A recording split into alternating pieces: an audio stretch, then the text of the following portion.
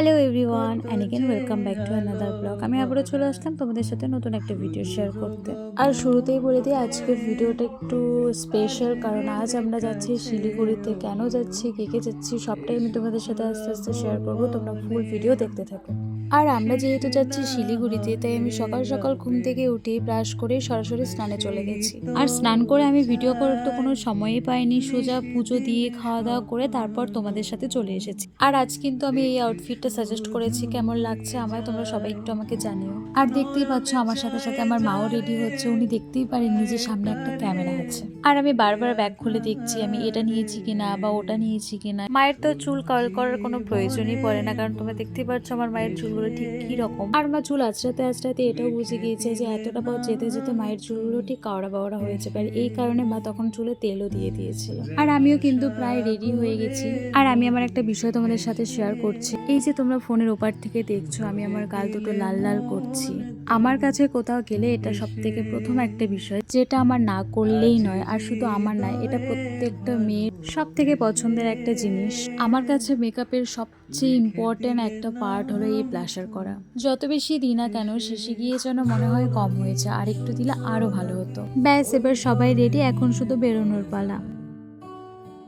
দেখো আমরা কিন্তু এবার বেরিয়ে পড়েছি, আর আমরা সোজা যাবো স্টেশনে। আর স্টেশনে গিয়ে হয়তো আমাদের একটু ওয়েট করতে হবে, কারণ আমাদের গাড়ির টাইম ছিল 12টা 20, আর আমরা প্রায় 10টা 30-এ বাড়ি থেকে বেরিয়ে পড়েছি, মানে 10:30টায়। আর আমাদের বাড়ি থেকে স্টেশন পৌঁছতে প্রায় 50 মিনিট, মিনিমাম 1 ঘন্টার মধ্যে আমরা সেখানে পৌঁছতে পারবো। আর দেখো আমরা কিন্তু বলতে বলতে পৌঁছেও গেছি, আর আমরা এখন সোজা টিকিট কেটে এখন ভেতরে যাবো। তো চলো যাওয়া যাক।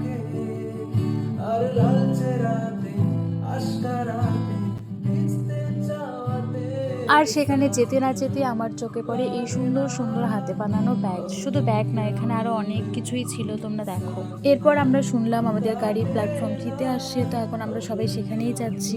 আমি এইমাত্র শুনতে পেলাম যে আমাদের গাড়ি যেখানে 12টা 25-এ কি 20-তে আসার কথা ছিল, তো এখন 5 মিনিট আগেই চলে আসবে। তো দেখা যাক গাড়ি কতক্ষণে আসে, আর আমরা ততক্ষণে ওয়েট করি।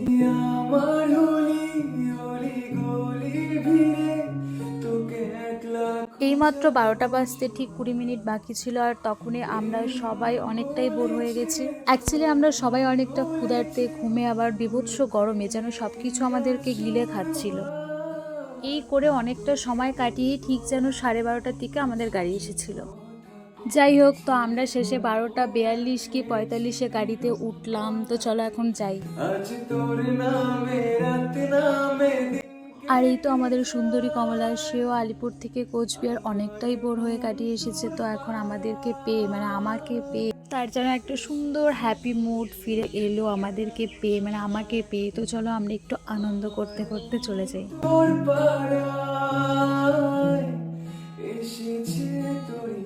আধ ঘন্টা না হতেই পাশ থেকে দিদা আমাদের সবাইকে কাশিকুল হাতে হাতে দিচ্ছিল, বলছিল খাও। আর আমরা সবার প্রথমে এই কাশিকুল দিয়ে আমাদের ট্রেনের খাওয়াটা শুরু করি। তো চলো এখন আমরা খাই।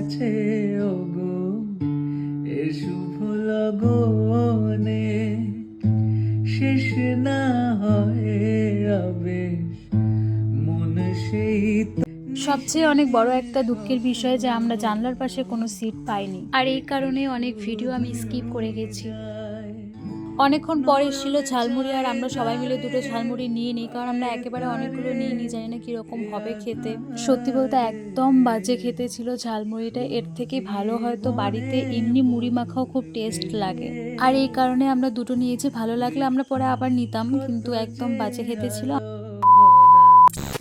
মাঝখানে আমি আর কোনো ভিডিও করতে পারিনি, সোজা আমরা নেমে পড়েছি এনজিপিতে। আর এখন গাড়ি ধরে আমরা মামাবাড়ি যাব। আর তোমাদের একটা কথা বলা হয়নি যে আমরা মামাবাড়ি কেন যাচ্ছি, শিলিগুড়ি কেন যাচ্ছি। অ্যাকচুয়ালি আমার আজকে মামার বিয়ে, তো আমরা সেই জন্যই যাচ্ছি।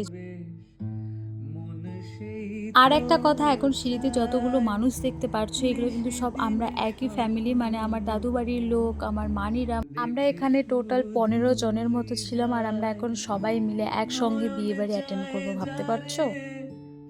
এই তো আমরা গাড়িতে বসে পড়েছি, আর এখন আমরা সোজা যাব চেকপোস্টে। চেকপোস্টে আমার এক মামা আছে, ও গাড়ি করে এসেছে। ও গাড়িতে আমাদের পুরো সব ব্যাগ, মানে 15টা মানুষের ব্যাগ কতগুলো হতে পারে এটা তোমরা নিশ্চয়ই বুঝতে পারছো। তো চলো এখন যাই। দিলে নাম তুমি এসে যেন সাগরে নদী মেশে ভরে দিলে এই তো আমরা চেকপোস্টে নেমে গেছি, আর এখান থেকে মামাদের বাড়ি যেতে হয়তো বা 10-15 মিনিট লাগে হেঁটে যেতে। তো আমরা এখন হেঁটে হেঁটেই যাবো, চলো। আর এখানে আসতে না আসতেই দেখি যে সবকিছু রেডি, কিন্তু এখানে অনেকে অনেক নিয়ম জানে না, মানে অনেক নিয়ম থাকে, সেই নিয়মগুলো এখানকার কেউই জানে না। তো মাকে টেনে নিয়ে যাচ্ছিল। আবার এমনটাও না যে মা সব নিয়মই জানতো, ওই যতটুকু দেখেছে জানতো অতটুকুই হয়তো এখানে একটু হেল্প করবে ব্যাস। মাকে ড্রেস চেঞ্জ করার মতো কোনো সময় দেয়নি।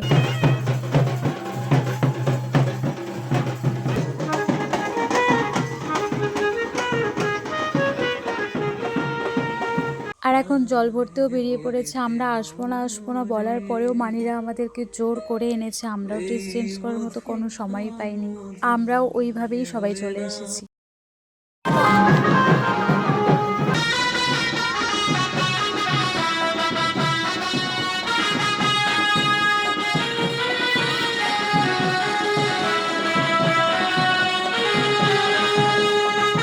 ব্যাস আমরা ওখান থেকে ব্যাক করেছি। আমাদের এমনিতে অনেক খিদে পেয়েছিল, তার মধ্যে ওরা অনেকটা রাস্তা ঘুরবে, তো আমাদের আর ভাল লাগছিল না। তো আমরা এখন গিয়ে খাওয়া দাওয়া করে একটু ফ্রেশ হব।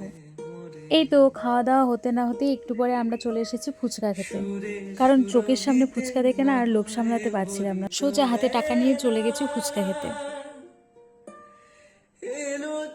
আর তোমরা তো দেখতেই পাচ্ছ এখানে কি উড়োচ্ছে, অনেক মশা অনেক। আমরা হয়তো 10 টাকার ফুচকা 6টা খেয়েছি কি 5টা খেয়েছি ঠিকই, কিন্তু মশার কামড় প্রচুর খেয়ে ফেলেছি। আমরা ফুচকা খেতে গেছি নাকি মশার কামড় খেতে গেছি আমি একদমই বুঝতে পারিনি তখন।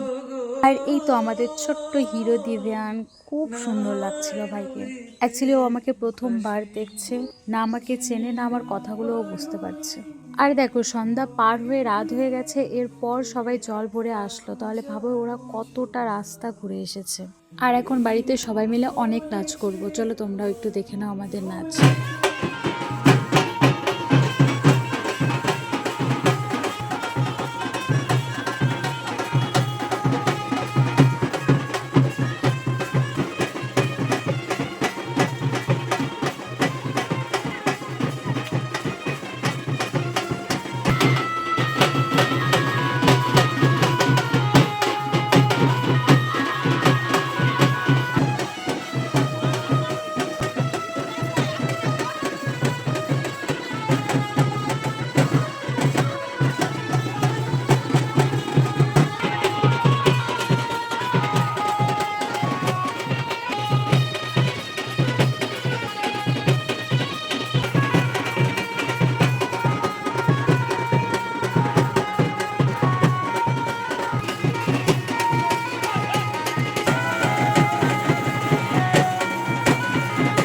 অনেক তো নাচানাচি করলাম, আর এখন এদিকে কিছু নিয়ম হবে, মানে মামার গায়ে হলদি লাগানো হবে।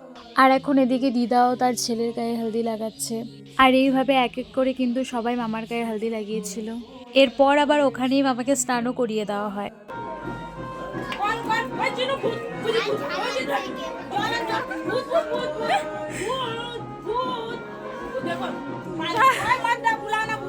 যাদের যাদের বাচ্চাকে খাওয়াতে প্রবলেম হয় এটা তাদের জন্য। আর এনাকে দেখো চাংড়া একা একা এসেই খাচ্ছিল, আর এটা কখনো হতে পারে আমাদের মতো দিদি বোন থাকলে। আর এখন আমরা খাবো মোমো, আর এখানে এসে মোমো খাবো না তা কি হয়। আর মোমো সম্বন্ধে তো আমার কিছু বলারই নেই, কারণ আমি জানি সবাই জানে যে 90% মেয়েদেরই মোমোটি কতটা পছন্দের হতে পারে।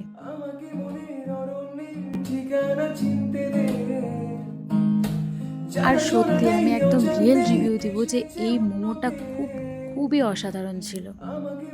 আর স্যুপটাও কিন্তু খুব ইয়ামি ছিল, খুব টেস্টি ছিল সত্যি।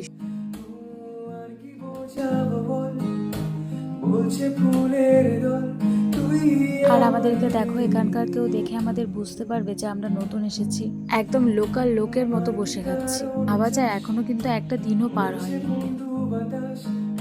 আর সবার শেষে এই সুন্দর মিষ্টি দইটা খেয়ে বাইরের খাওয়ার আজকের জন্য সমাপ্ত করলাম।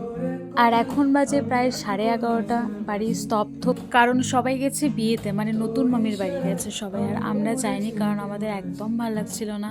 আর কালকে রিসেপশনের খাওয়ার আয়োজন কিন্তু শুরু হয়ে গেছে, আর আমরা দুই টোনাটুনি জানি যে আমাদের চোখে এখনই ঘুম আসবে না, তাই খাওয়া দাওয়া সেরে সবাইকে একটু হেল্প করতে আসলাম। কিন্তু আমাদের দুজনের হেল্প যেন কারো প্রয়োজনই পড়ছে না, সবাই শুধু পাশ থেকে বলছে তোরা যা ঘরে ঘুমা। আমরাও যে মাঝ ফাঁকে কাজ করতে ভালোবাসি এটা কাউকেই বোঝাতে পারছিলাম না। ওই আর কি, একটু পরে উঠে গেছে, আর পোষাচ্ছিল না, কারণ ঘরে গিয়ে অনেক হাসি মজা ইয়ার্কি ঠাট্টা করার ছিল, যেগুলো আমাদের করতেই হবে। তাই ঘরে গিয়ে সেসব করে কখন যে ঘুমিয়েছি আমরা নিজেও জানি না। তো এই ছিল আজকের শিলিগুড়ি যাওয়ার ছোট্ট একটা ভিডিও। আশা করছি তোমাদের ভিডিওটা অনেক ভালো লাগবে। দেখা হচ্ছে তোমাদের সাথে নতুন সুন্দর একটা ভিডিওতে। ততক্ষণের জন্য সবাইকে বাই বাই।